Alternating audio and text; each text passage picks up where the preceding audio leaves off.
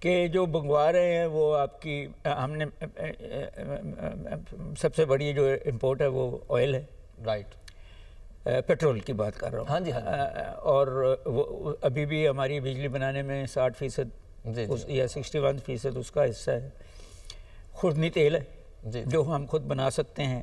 اب تو گیس بھی ہے، مشینیں ہیں، را مٹیریلز ہیں. اب تو جو ہے ٹیکسٹائل کی بھی جو را مٹیریل ہے، کاٹن وغیرہ ہم باہر سے منگوا رہے ہیں، امپورٹ کرتے ہیں. ہاں جی، اس کے بدلے میں ہم کئی چیزیں ایکسپورٹ کرتے تھے. ابھی بھی فٹ بال ہمارا اس سے کھیلا جا رہا ہے، لیکن ہماری ٹیم نہیں گئی. ہم نے فٹ بال کا کریڈٹ ضرور لے لیا. ہماری ٹیم کا وہی حال ہے جو ہماری اکانومی کا ہے، وہ کرکٹ ہو یا فٹ بال ہو، کہ وہ بھی نظر ہے، وہ بھی نیپوٹزم کی نظر ہے. ان دیٹ کانٹیکسٹ کہ ہم وہ لوگ جو اچھے فیصلے کرنا چاہتے ہیں ان کو اوپر نہیں لاتے. چلے انڈسٹری کا تو مجھے سمجھ آتی ہے نا کہ انہوں نے تو اپنے بیٹوں یا پوتوں کو وہ دینی ہے، وہ قابل ہوں یا نہ وہ انڈسٹری میں. گورنمنٹ میں تو یہ نہیں ہے. گورنمنٹ نے تو اس قوم کے ہونہار بچوں کو اوپر لانا ہے، اور بڑی اچھی سلیکشن پالیسی ہے بیوروکریسی کی، مگر ان کو ٹیکنوکریٹس بنانے کے بجائے بیوروکریٹس بنایا ہوا ہے، تو وہ اپنے فائدے سوچتے ہیں اور ملک کے فائدے. سو پولیٹیشنز کا بھی اپنا حال ہے. تو ایک چیز جو سمجھنے والی ہے وہ یہ ہے کہ مختلف ادوار میں انٹرنیشنل قرضہ سستا بھی ہوتا تھا، تو ہمیں آسانی ہو جاتی تھی ہمارے حکمرانوں کو کہ وہ قرضہ لے کے، ان کے انٹرسٹ ریٹ کم ہوتا تھا. جی انٹرسٹ ریٹ کم. ابھی بھی آئی ایم ایف جو دے رہا ہے وہ سب سے کم انٹرسٹ ریٹ پہ دے رہا ہے نا، جو ساری ایشو ہے. بے شک آپ کی گردن مروڑا ہو، آپ کے بازو مروڑا ہو، مگر ہم کہتے ہیں کہ سستا ہے، مگر قوم کے لیے وہ مہنگا ہو جاتا ہے. بٹ کویسچن یہ ہے کہ آپ نے سروس سیکٹر کو ایکسپورٹیبل اس طریقے سے نہیں بنایا جو آپ کی وہ 54% جی ڈی پی کا حصہ ہے. رائٹ، نہ ڈاکٹر، نہ انجینئرز کو، نہ سائنٹسٹ کو، نہ پروفیسرز کو. آئی ٹی تھوڑی سی، اب آپ نے کہا ہے کہ ینگ لوگ آئی ٹی بنا رہے ہیں. دوسری بات یہ ہے کہ آپ کے اپنی جو گڈس ایکسپورٹ ہے اس میں ٹیکسٹائل کو اور شاید یہ سرجیکل انسٹرومنٹس اور مگر وہ جو ویلیو ایڈڈ پروڈکٹس ہیں، ویلیو ایڈیشن کا یقیناً مسئلہ ہے. آپ نے نہ پھلوں کو، نہ ڈرائی فروٹس کو، جن کو آپ ایکسپورٹ کر اناج سکتے کو، اور بڑی چیزیں ہیں جس کو ویلیو ایڈ کر کے آپ ایکسپورٹ کر سکتے ہیں. میں نے شاید آپ سے ویسے بات کی تھی کہ دنیا کی فلسفی ہے ڈیمانڈ سائڈ، کہ دیکھو کیا خریدا جاتا ہے، کیا ہم وہ بنا سکتے ہیں سستا، لیکن ہم یہ دیکھتے ہیں کہ جو ہم نے بنا لیا ہے کیا وہ بیچا جا سکتا ہے. سپلائی سائڈ ہے نا. رائٹ. تو یعنی کہ امپورٹ ایکسپورٹ اس وقت وہی ہے، اسی پہ ڈالر اور روپے کی قدر مینلی ہوگی کہ اگر آپ کا ڈیفیسٹ بڑھتا رہے گا، ٹریڈ ڈیفیسٹ اور بیلنس آف پیمنٹ ڈیفیسٹ، تو پھر اب تو آپ اس جگہ پہنچ گئے نا جہاں قرضے واپس کرنے کے لیے قرضے لینے پڑتے ہیں. بالکل صحیح. تو نیچرلی پھر اکنامک گروتھ، پھر وہ پھر یہ ہے کہ ہم نے جو اپنی بجٹ کی پالیسی بنائی ہے وہ ریونیو اورینٹڈ ہے، لوگوں کی جیب سے نکال لیں، پھر اس میں کچھ لوگ پیسے دے کے، رشوتیں دے کے ٹیکس بچا لیتے ہیں. کچھ لوگ جو ہیں جو اس ٹیکس کے پیسے کو پلفرج کرتے ہیں.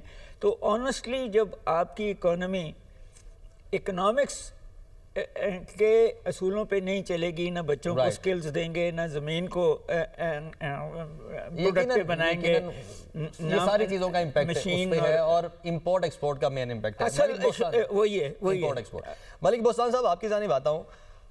ایک تو یہ کہیے گا کہ اس وقت ہم اس چیز کا جشن تو منا رہے ہیں کہ جو ریمیٹنسز ہیں وہ 9% بڑھ گئی ہیں پچھلے سال کے مقابلے میں. تو اب یہاں پہ پھر سوال یہ اٹھتا ہے کہ کیا اب ہم ریمیٹنسز پہ گزارا کریں گے، ہمارا ملک ریمیٹنسز پہ چلے گا، اور پھر جو ہمارے ڈالر کی قدر، ہمارے روپے کی جو قدر ہے، کیا جو کم ہوئی ہے اس کو دیکھنے کے بجائے ریمیٹنسز پہ اب ہم نے گزارا کرنا ہے؟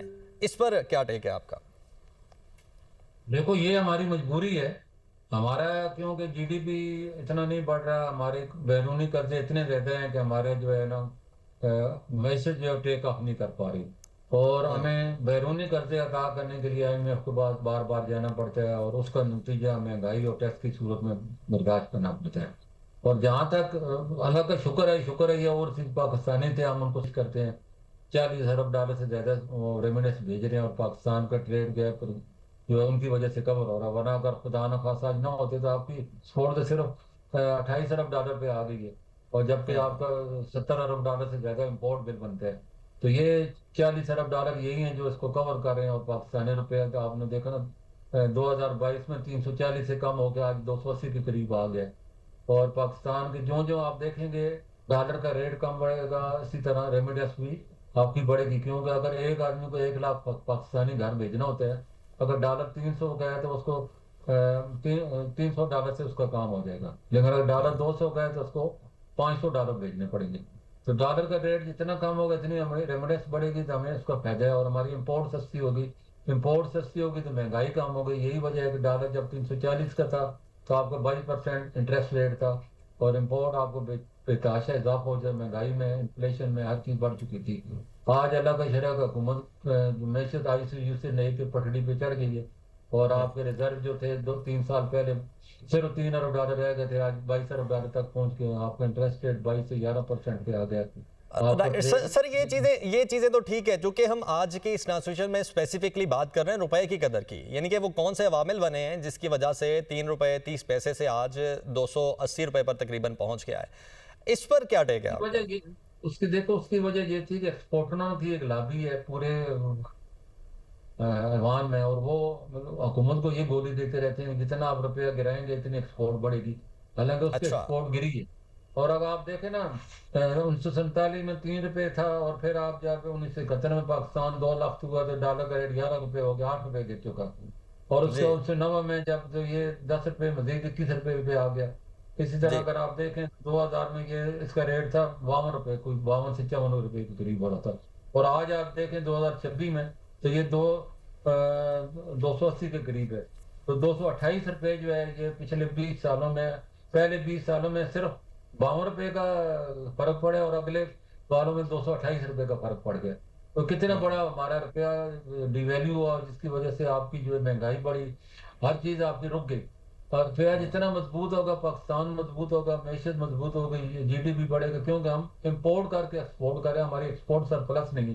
جب تک ہم ویلیو ایڈڈ میں نہیں آئیں گے، پروڈکشن میں نہیں آئیں گے، کارخانے نہیں بنائیں گے، صنعتی ترقی آپ کی رکی چکی ہے، 60 کے قریب کارخانے بند ہو چکے ہیں، باہر کی بڑی بڑی جو کمپنیاں وہ پاکستان سے جا رہی ہیں، تو اس کی وجہ یہ کہ ابھی حکومت نے جو بجٹ پیش کیا ہے یہ بڑے ہی مطلب ہے لارج اسکیل کے لیے اچھا ہے، صنعت کے لیے اچھا ہے، اللہ کرے کہ عمل ہو، اور یہ پاکستان کے جو ادارے رائٹ، بند ہو رہے یقیناً تھے بند ہو رہی تھی وہ یہ دوبارہ بجٹ تو رائٹ یہ بجٹ تو بہت سارے جو ایکسپرٹس ہیں ان کی نظر میں بہتر ہے، حالانکہ بہت سارے سوالیہ نشان بھی ہیں۔ عدنان صاحب آپ کی جانب آتا ہوں، ایک ٹائم تھا جب فکسڈ ایکسچینج ریٹ تھا تقریباً 1970 کے ارد گرد، پھر اس کے بعد جو فکسڈ ایکسچینج ریٹ تھا وہ فلوٹنگ ایکسچینج ریٹ میں کنورٹ ہوتا ہے، اور اس کے بعد اسپیشلی جس طرح سے ملک بوستان صاحب ابھی بات کر رہے ہیں 2008 9 10 سے لے کے یا اس سے کچھ عرصہ پہلے سے لے کے اب تک جو روپے کی قدر میں کمی آئی ہے یہ انہی 20 سالوں میں آئی ہے، تو ذرا تاریخ سے تھوڑا سا ڈیفائن کیجئے گا، ہم ایک تو کنورٹ کیوں ہوئے، کیسے ہوئے فلوٹنگ ایکسچینج ریٹ میں، کیا وجوہات کیا بنی، ریزن کیا بنی؟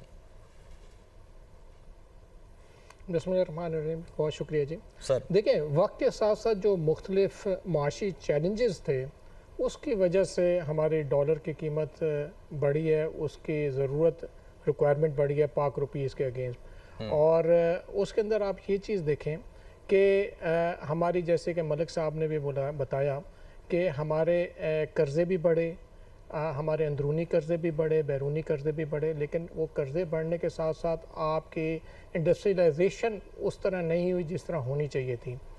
آپ کی اگر ایکسپورٹس اور اس انڈسٹری کی طرف اگر فوکس کیا جاتا تو میں سمجھتا ہوں کہ آج ڈالر کی قیمت اس طرح نہ ہوتی جو اس ٹائم پہ 280 روپے پہ اس ٹائم پہ۔ یہ دیکھیں کہ گزشتہ 2-3 سال کے اندر ڈالر کی اسٹیبلٹی ہوئی ہے پاک روپیز کے اگینسٹ، اور آپ کی لوکل مارکیٹ کے اندر ڈالر کی ایز سچ کوئی اس ٹائم پہ ریکوائرمنٹ یا افراتفری نہیں ہے، اور اس میں جو ہمارے وفاقی اداروں نے جو کام کیا ہے، جو بینکس کو کنٹرول کیا ہے، آپ کے ایک سسٹم کو کنٹرول کیا ہے، اس کی وجہ سے آپ دیکھیں کہ ایز سچ ہماری لوکل مارکیٹ میں ریکوائرمنٹ نہیں ہے، لیکن ہماری امپورٹس جو ہیں وہ ابھی تک کم نہیں ہو پا رہی۔